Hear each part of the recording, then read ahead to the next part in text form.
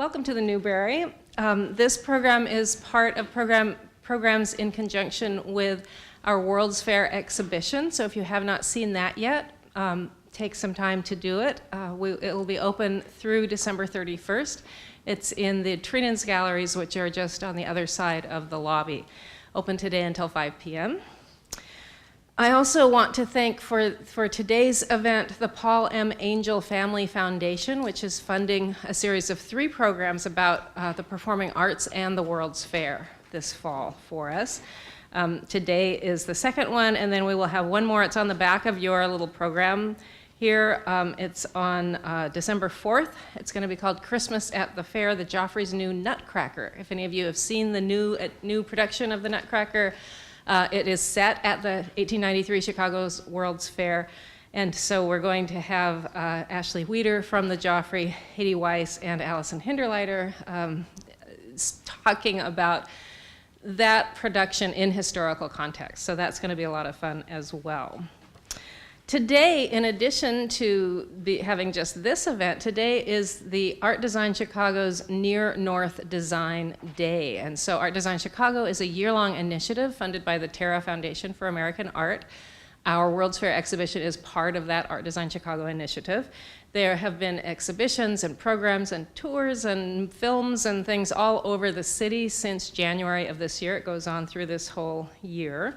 And there are some little brochures here and also out in the lobby that tell you all about Near North Design Day. I think there are 7 different venues, and there's actually going to be a trolley that will pick people up right out front on Walton Street about every 20 minutes between 10:30 and 3:30 today, and it'll go between here and all of the other Near North Design locations. So it's Chicago History Museum, DePaul Art Museum, and several smaller places. They're all listed in here, and they all have special programs going on or events or something like that. So take a look at that. That looks like a lot of fun.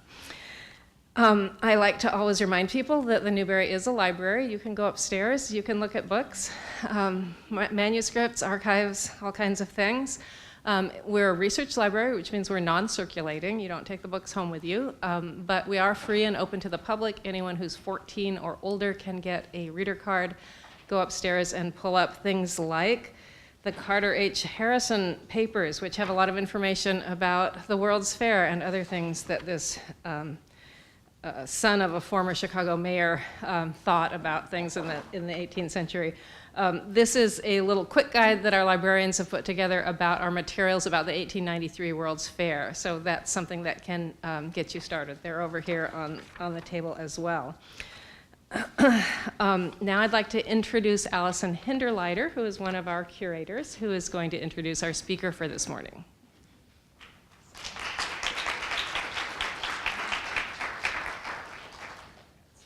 Thank you, Karen, and welcome. I'm very excited about this program.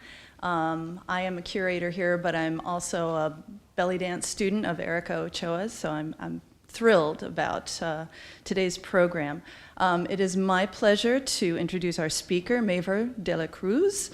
Her work fluctuates between artistic and scholarly production that address the intersections of globalization, racism, and sexual violence, using scholarship, dance, and performance as part of community organizing and empowerment work.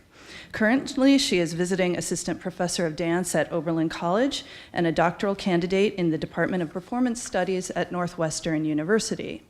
Her dissertation investigates Arab American movement practices and performance, as well as formal Arab dance pedagogy in the U.S., to locate dance as a primary site for the creation and neoliberal circulation of Arab American identity.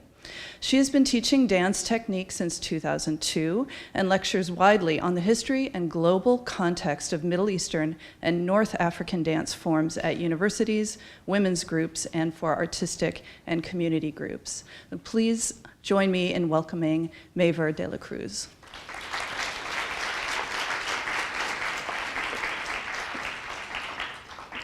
Good morning. Thank you so much, Allison. Thank you, Karen, Kara, Elizabeth, and everyone else who has done work to make this morning possible. And thanks to all of you for coming out on a Saturday morning early when it's so cold outside. I really, really appreciate it. A couple of things before I begin. I will mostly read, and and show you some slides and pictures.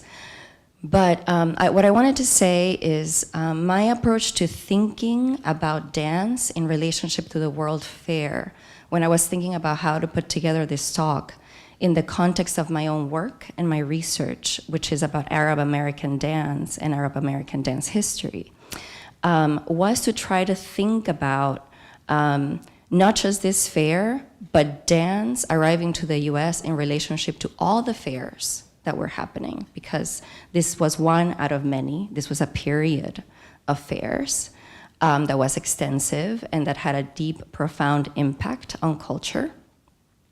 And also dance in relationship to migration, and migration in relationship to the fairs, right? So those are the kinds of things that I'm trying to map together.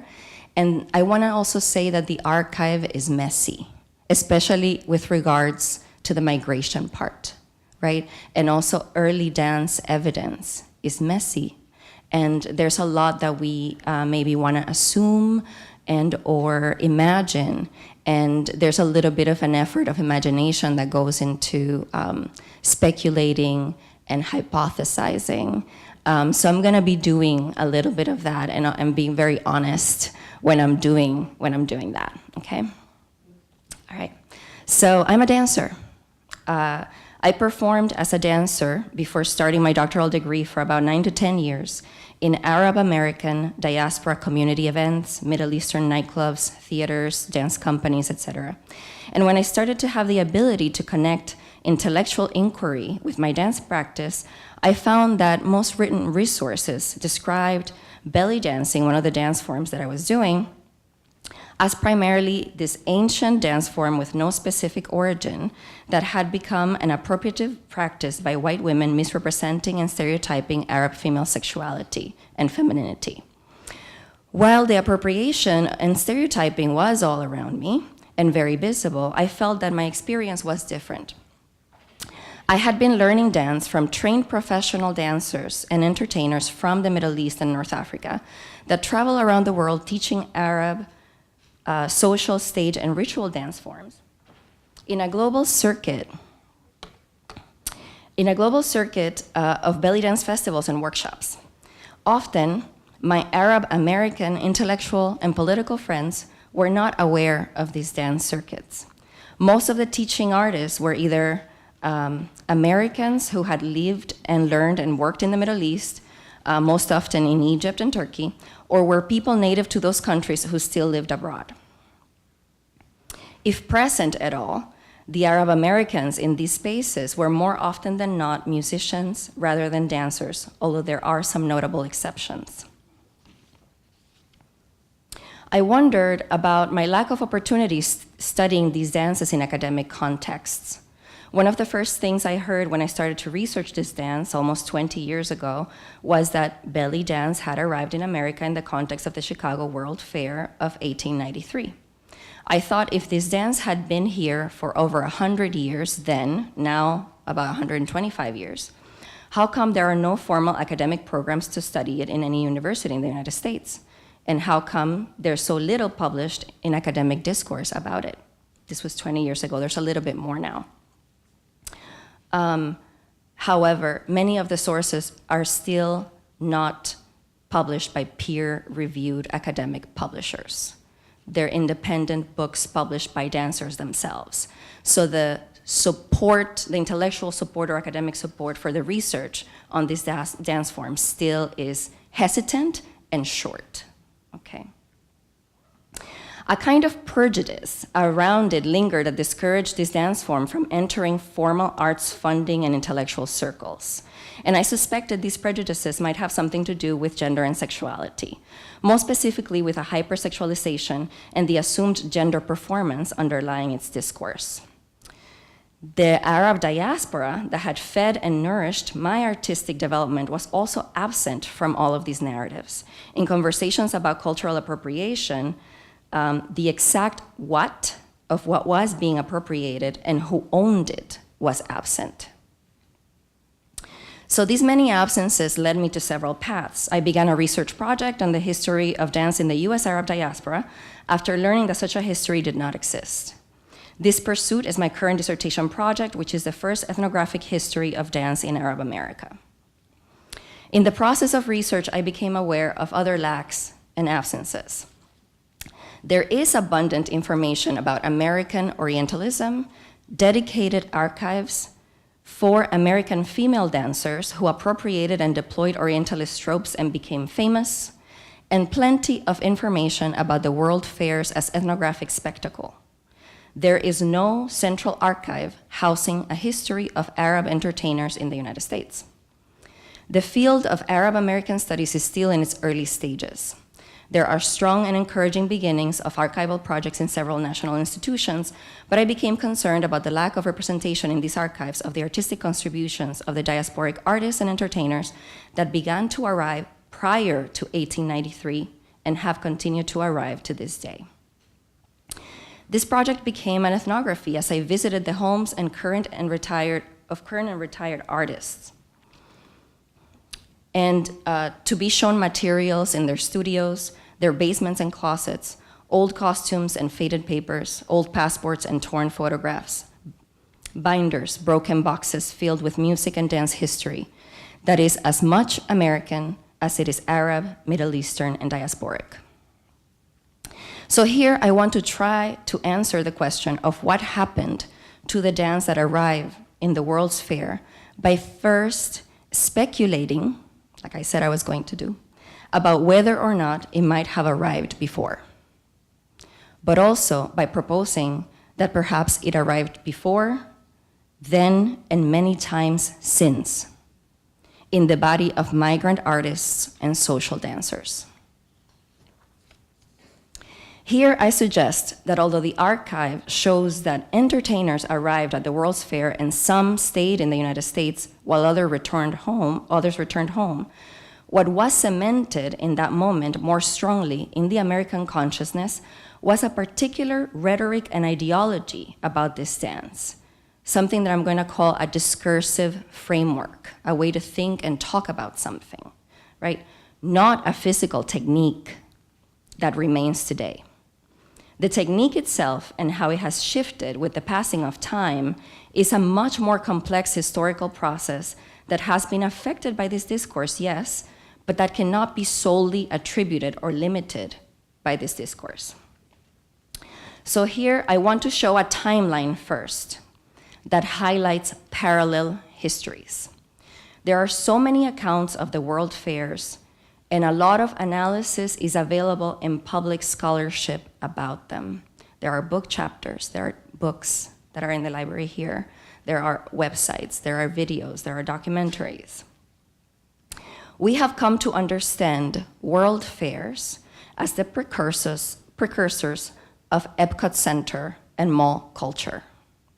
We have learned that they were simultaneously competitive manifestations of empire-building projects between the large empire-holding nations at the time, that they were supposed to literally stage narratives of progress and also literally stage Darwinist ideas of human intellectual and social categorization by, for example, placing human exhibits in order of shade of skin color, the darkest one, most distance from like the American pavilion.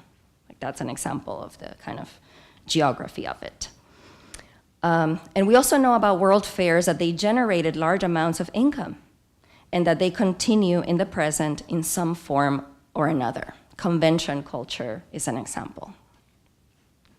For this reason, I will first share a timeline of migration that is not commonly known. I will do that because my dissertation clearly ties shifts in the dance practices of diaspora communities in the US, resulting from war and displacement in the Middle East during a later period. Over the last 10 years, I have studied the circular process generated by military intervention, occupation, and war as the cause for a migratory response that also mobilizes artists along with their practices and their ideas into a global market that is ready for their uptake. Although what I account for in the dissertation are largely developments post-1960 in presenting this earlier history, this earlier parallel history. I want to invite speculations about the agency of social dancers and merchants in all of the attendant commercial spaces generated by World Fair exhibits, many of whom were of Arab descent, in saying that their maneuvers for survival and acquiescence of capital were not necessarily compromising of their identities or integrity. Since the beginning of their migrations here, the entertainment shown has straddled the line between fulfilling Orientalist fantasies and expectations and creating space for ethnic artists to perform and share their art, even if misunderstood, serving simultaneously as a means to make a living, share their culture, and make space for themselves in this new country. I will also say that the timeline that I'm going to show includes in the images that I'm going to share are reflective of several historical realities that make the separation of people into national, ethnic, and identity lines very difficult. For example, in the longer written form of this work, I include information about Armenian and Greek migrants as well. So Armenia is in the Caucasus Mountains, west of Asia, separating Europe from the Middle East. And this position in the middle gives them a distinct Armenian, neither European nor Middle Eastern identity, right? However, Armenian musicians have been some of the most prominent and prolific artists to play both Arab and Turkish music in US-based Middle Eastern nightclubs, and make also a large majority of the available recordings that we have in America. They were also backup for many of the most famous singers in the US Arab diaspora in the 50s, 60s, 70s, and 80s. And their very early immigration story that starts in the late 1700s matters a lot then to the creation later of spaces that emulated the environment of the World's Fair, but in a smaller scale. Greek Americans are also part of this history in the early days of the United States as a melting pot of cultures, where Greek, Armenian, Middle Eastern migrants shared spaces of labor, entertainment, and leisure. To this day, many of my interlocutors for my ethnography have and continue to perform in Greek restaurants or tavernas. And the Greeks were not just hosts, but also participants. Although the Middle Eastern ethnic nightclub is a dying institution, and the constitution of the entertainment performed within has changed over time, as the communities surrounding these clubs have changed as well, some places remain representative of this complex mixture. In the dissertation, however, I focus more on specific challenges to this history vis-a-vis Arab American political identity, given the context of frequent conflict between US and Arab countries, and their resulting shifts in media representations and public opinions about Arabs in the United States.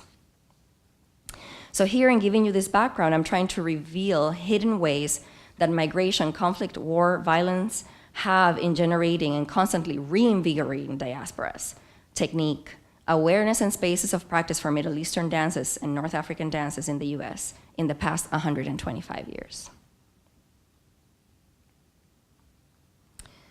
So, the history of Arab migration to the US starts very early, from 1492. We have a translator. I'm going to move through this very early part of the history kind of fast, but I just want to make the point that Arabs have been in the United States for a really, really long time. So there's evidence of Luis de la Torre, a Catholic convert who came with Columbus as a translator. There's evidence of a Moroccan Arab named Istefan, who served as a guide to a Franciscan monk to explore the southwest of the United States. During the American Revolution in 1779, there's evidence of the Wahab family selling horses for the war effort to the United States and coming here to America from Algeria. And there was a shipwreck, and some of the crew and some of the horses made it to land. So the Wahabs are now in North Carolina. In 1840, there's evidence of trade with Morocco in a port in New York City. And that trade always involves the movement of bodies, right? So, and then there's the first graves of Arabs in the United States in 1854 and 1856 on American soil. One that was from present-day Lebanon and the other was from present-day Palestine. At the time, those countries were part of the Ottoman Empire. Okay. So, and then we have more significant migrations, not the sole bodies that land here, but more group migrations. So this is the beginning of significant migration. So from 1840 to 1860, we have tension between Druze and Maronite Christians in Mount Lebanon, which was part of the Ottoman Empire. In 1870s, we have the beginning of mass migrations, which heightened during the First World War, which are halted somewhat by changes in laws in 1924. So theories abound for the reason of this first migration. Some say they were economic adventurers.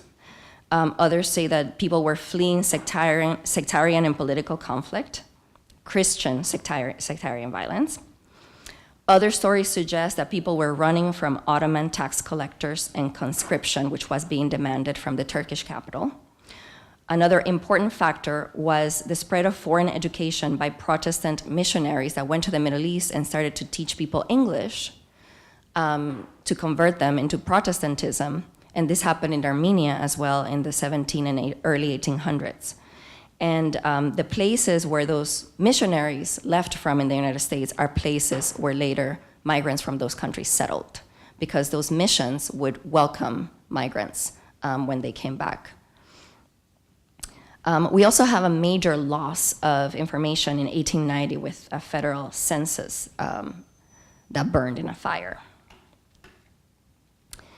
So we have the beginning of Melkite churches in Chicago. It's a Christian sect from Lebanon. We have publication of grammar books for Arabic immigrants, kind of signaling the size of a community, right? We have a full colony of Syrians established in 1900s that was 150,000 large by 1924 in the Lower East Side of New York City. We have colonies in Detroit. We have Iraqi, Chaldean, and Assyrian migration that begins in 1910, both to Chicago and the Detroit area. And also, something interesting is that between 1860 and 1914 is the beginning of the revolution of the steamships. So you have speedier traffic between the Mediterranean and the Americas, which means more travel, more frequent travel, faster travel, which makes also trade easier. The trade routes built around grapes, lemons, pistachio nuts, figs, almonds, lentils, chickpeas, beans, sesame, but also there were merchants attached to that trade, right? And there were bodies attached to that trade. So merchants that were coming to the US who traded in the world fairs came back to the Middle East with stories of business success, which encouraged others to think of the US as a place where one could venture economically and be successful. The first Arab national displays at a fair were present at the 1876 Centennial Exposition in Philadelphia. There was presence from Tunisia and Egypt and the Ottoman Empire. It was noted by the merchants that religious items from Palestine were specially sought after by Americans. Things with the label "Made in Jerusalem" had a special appeal and significance to American Christians. 1914 was a peak year for migration because of the war, the first year of the First World War. Many Syrians for the Ottoman provinces arrived here. There were lots of events, the British and the French locked the coast of Syria and Lebanon to prevent any food from entering, which caused starvation. Present-day Lebanon was in a wreckage. People were hungry and starved and trying to leave, right?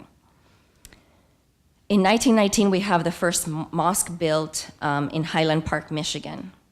Soon others followed in Detroit, Indiana, North Dakota, and Iowa, Cedar Rapids. The first Islamic associations were started in 1919 and 1922. Now, this is kind of the period before and after, right, the Chicago World Fair, which is kind of a central focus of our interest. I'm going to go a little bit further with the timeline to bring it a little bit more to the present, and then we're going to move back and talk about dance. Okay. To finish kind of a migration timeline with something more contemporary, right? So 1924 to 1947 is another period, kind of another bracket of migration that's important. So during the period, there was a worldwide financial depression, and immigration laws in the United States became quite restrictive. From 1930s to 1940s, the number of Syrians entering diminished, and everyone coming from the Ottoman Empire in the census was labeled Syrian. So, and there were many countries, present-day countries, that were part of the Ottoman Empire. So it's hard to know sometimes where people were coming from. So there are some years in which the migration diminished, and then in the late 40s, it starts to rise again due to violence in Palestine. From 1967 to 1945, we have about 250,000 people entering, which is considered a third wave of migration. And it's the result of a new loosening of US immigration restrictions after 1965. At this time, it was mostly a Palestinian wave of migrants, due to both intensified violence in Palestine, but also intra-Arab warfare that was happening at the time. An example of that is the civil war in Lebanon, which propelled about 43,000 new migrants after 1975. Iraq entered into war with Iran in '67, sending over 40,000 people. Syria faced economic decline and sent about 26,000 immigrants after 1967. There was also religious tension due to the rise of fundamentalist Islam, making Christian sects leave the Middle East. One example is Egyptian Copts, which came in large numbers also during that period. Then we have the 1990 and 1991 conflicts between Iraq and Kuwait, and later the 2003 US invasion of Iraq, Afghanistan, and the Syria conflict. And there, as you see, there have been bolded, right, items about the kind of dance history that has been happening through all of this, like major shifts or things, important things to remember. So we're gonna go back and talk to them a little bit.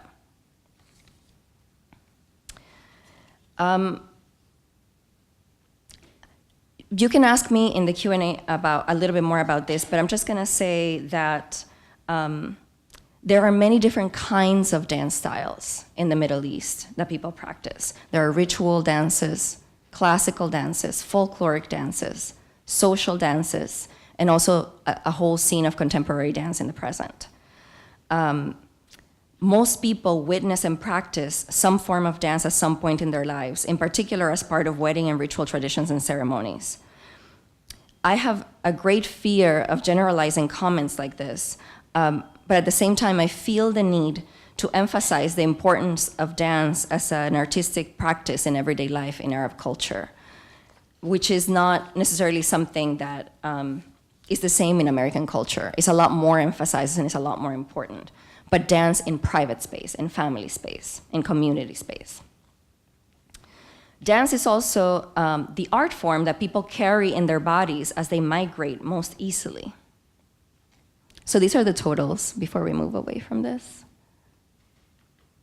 of those periods. As you see, fast increases.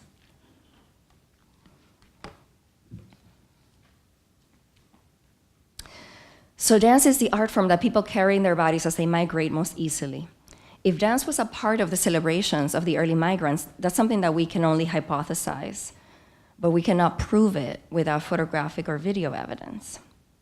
Many of the early oral histories of migrants focused on understanding their lives as workers, and we only have evidence of early entertainers who were hired to work professionally in the world fairs, the circus and carnival circuit, and the vaudeville and burlesque entertainment circuit as dancers, acrobats, jokers, jugglers, and clowns. But this history of labor also involves a social aspect that becomes more clear after the 60s. Part of the work of organizing yielded also a number of social clubs, a process common to almost every early immigrant community in America. Some of these clubs sometimes met in the basements of churches or mosques. The social clubs hosted political meetings where news from abroad were discussed, collections and donations were made to send back home, new and community members were introduced, and also this is where important social celebrations were held, which perhaps included music and dance. There is evidence in a recent publication about some tensions in some mosques in Detroit early on about people having parties that involved music and dance early. But how far we can take that is a question for us. So the world first story actually begins with America's obsession with the 1889 Paris World Exposition, where the Eiffel Tower and the Street of Cairo exhibits were the two major attractions. Of all the nations represented, the United States of America was not a particular remarkable presentation. A September 1889 article in the Chicago Tribune reads, "In the Paris Exposition, there may be seen a dance, which in all probability is much the same as that which Salome danced before Herod. It is the danse du ventre," my French is terrible, "and it is performed in the various concerts of the street of Cairo by Algerian, Tunisian, and Egyptian women." End quote. Americans were already aware through the press of the both exciting and salacious reactions to the Paris dancing girls. The impresarios were aware as well, expecting great profits. The reception of the Oriental exhibits in this exposition influenced very much the emphasis placed in developing these same exhibits here.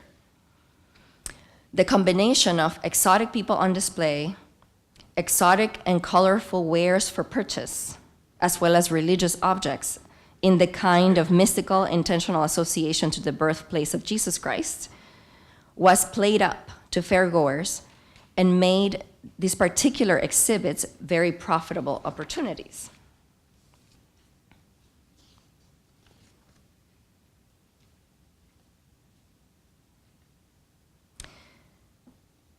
So these fairs impacted profoundly any later public discourse or reception about Eastern dances, people, or objects.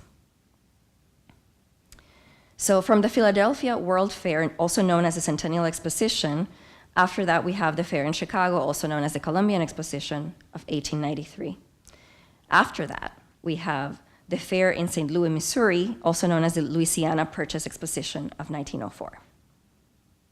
There were also many local smaller fairs in the intervening years, notably one in New York City in December 1883 that took place at the Grand Central Palace, where many Syrian merchants, this picture is from here, from Chicago, from the street in Cairo, where many Syrian merchants, again, Syrian meaning people coming from the provinces of the Ottoman Empire at the time, set up concessions, and there was also another one in Buffalo, New York in 1901. Thank you. According to many accounts, these fairs provided middle-class Americans with a glimpse of global life. It also provided immigrants an opportunity to discover things about America and understand how their cultures were received in this new land.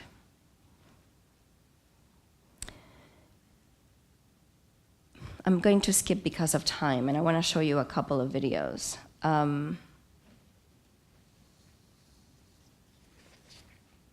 Maybe let's look at the videos. Yeah, let's look at the videos. So these are some of the images of dancers in the fair as well. Yeah. From the Library of Congress in Washington, D.C. So these are a couple of very, very short videos of dancers at the fair.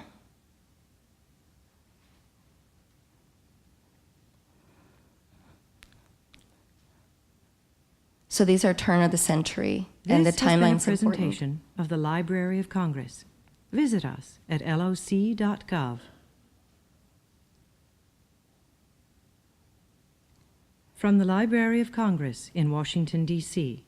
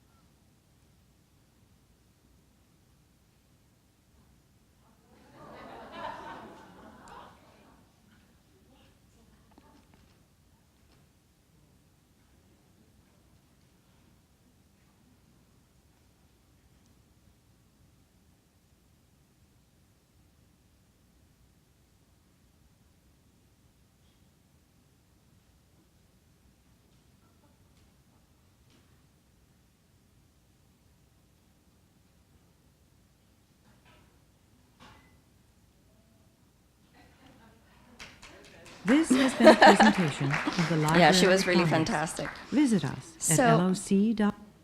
And then maybe let's cue the other video, and we'll just play. I'll say a few things before we play it. But so the fairs were definitely important to both American and Arab American entertainment cultures, and also generated many Orientalist characters and myths about the East. But also, there was another thing happening in the United States in years that followed, which was in these social clubs that I mentioned, this kind of hybrid performance entertaining culture started to gel and create a distinctive American style of dance performance by professionals that took place in these spaces. And I want to leave some time for questions, so you can ask me more about that. Simultaneously, so this is 30s, 40s, 50s, the Egyptian film industry was having its bloom. It's called the golden era of Egyptian cinema. And many, many films were created that were impacting dance culture all around the Arab world as well. And dancers, these were many of them, most of them were musical films. And dancers were central characters to these films. So there were always dance sequences, almost always dance sequences, and there's dancers that became stars in these films. And to the present, the dancers in the films from the 30s to the 50s are some of the favorite dancers of many, even young people growing up today in the Arab world or in the Arab diaspora. These people know who these dancers are and have emotional, affective attachments to their work. So I just want to show a few seconds of one of those dancers, and I want you to pay attention to the difference of the movement from the dances that you saw at the World Fair at the turn of the century, so between the late 1880s and early 1900s, to this, which is 50 years later.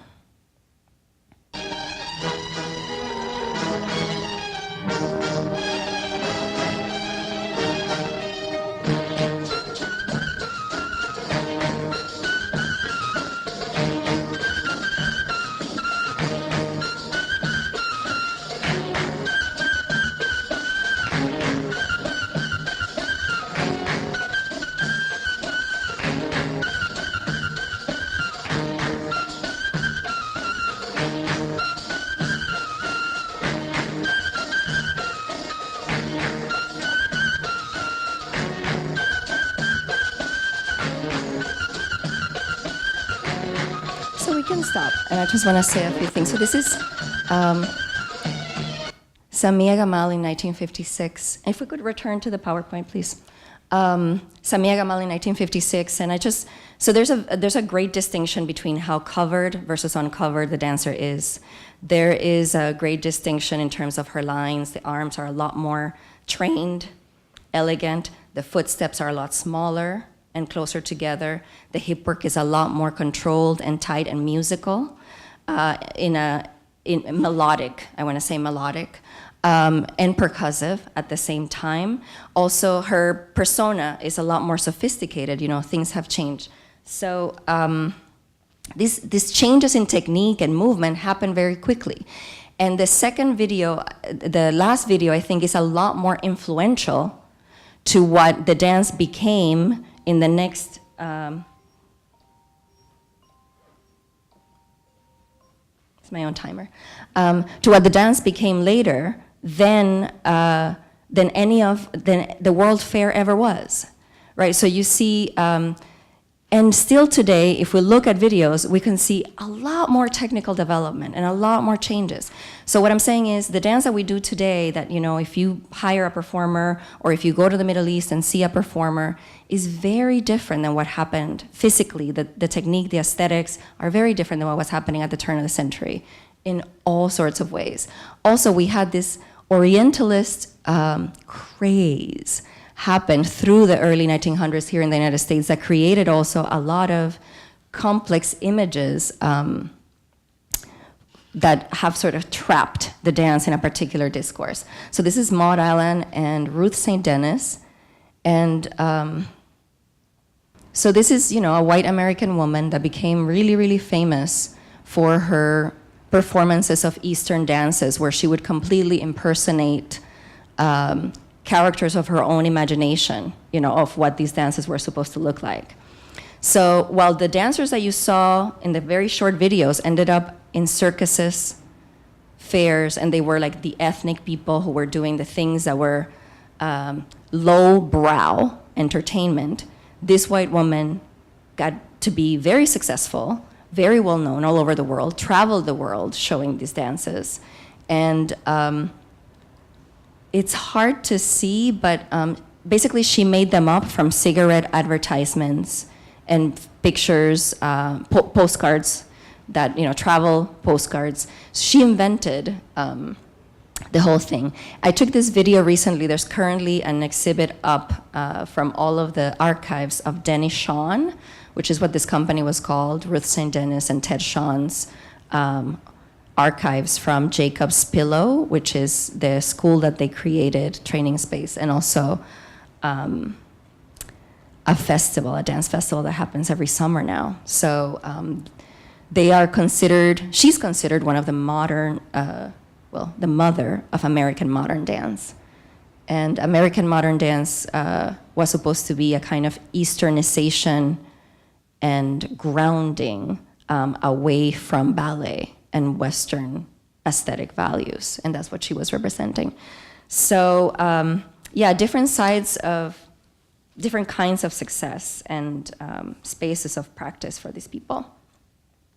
And then I'm gonna conclude by showing you, this is the earliest image that I have that was shared. Like I said, the archives are complicated. I'm still trying to kind of figure out who took it. It's supposed to be a social club in the 1940s in this Greek/Ottoman, post-Ottoman diaspora space. And her form is beautiful. Like, even though she's dressed in casual clothes, she has the form of a professional dancer in the way that she's posing her legs and her arms. And that's the earliest one that I have. And then these are advertisements of nightclubs from the 50s through the 70s in different cities in the United States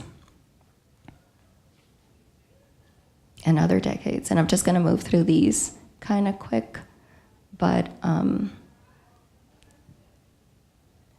Club Sada was in Boston, as El Morocco as well.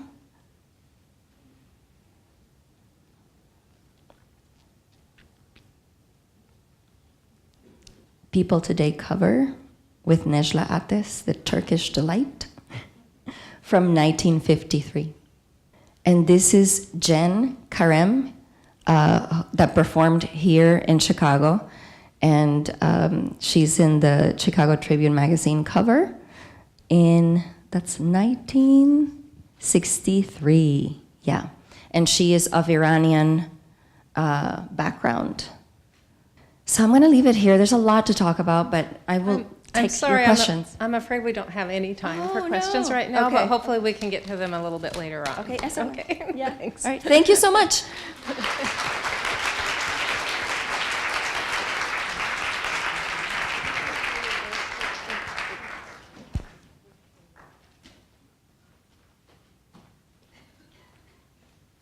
Thank you so much. That was very thought-provoking, and I do hope we have some time for questions afterwards. Just a brief mention that if you visit our exhibition on the World's Columbian Exposition in our gallery, you will see images there's a photo book called Views of the Midway Plaisance. You will see a lot of the dancers and the other people who frequented the Algerian village, the Tunisian village, the street in Cairo, etc. We also have a very early, very small dance collection from a woman who, when she was a teenager, danced in the Turkish village. Her name is Christina Olsen. Doesn't sound very Turkish, does it? No, she was Swedish, actually. She was about 15 years old. So that is a whole topic of discussion as well. But right now, I'd like to introduce Erika and the dancers. And Erika Ochoa is a contemporary artist and certified instructor of Middle Eastern, particularly Egyptian-style dance. In addition to owning and managing the Pineapple Dance Studio in Forest Park, she teaches weekly at the Old Town School of Folk Music. The dancers, just briefly, you will be seeing several different styles of dance. The Turkish dancer is Sherihan Jabir, who is an instructor and performer of Oriental dance from the Yala Dance Studio. And then we have the Ouled Nail dancers, Fatina Issa, and please pardon me if I mispronounce your name, Laura Dali Poligno, who is an instructor and performer of tribal fusion at Pineapple Dance Studio, and the Gwazi dancers, featuring students from the Old Town School of Folk Music, Shelby Peterson, Claire Burdilis, Nancy Lopez, and their instructor, Erika Ochoa. So take it away.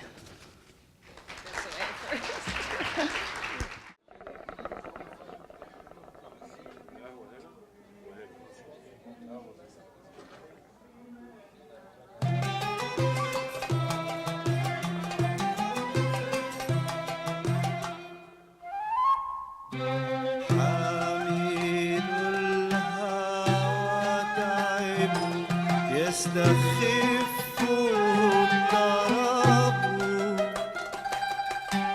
إن بكى يحق له ليس ما به لعب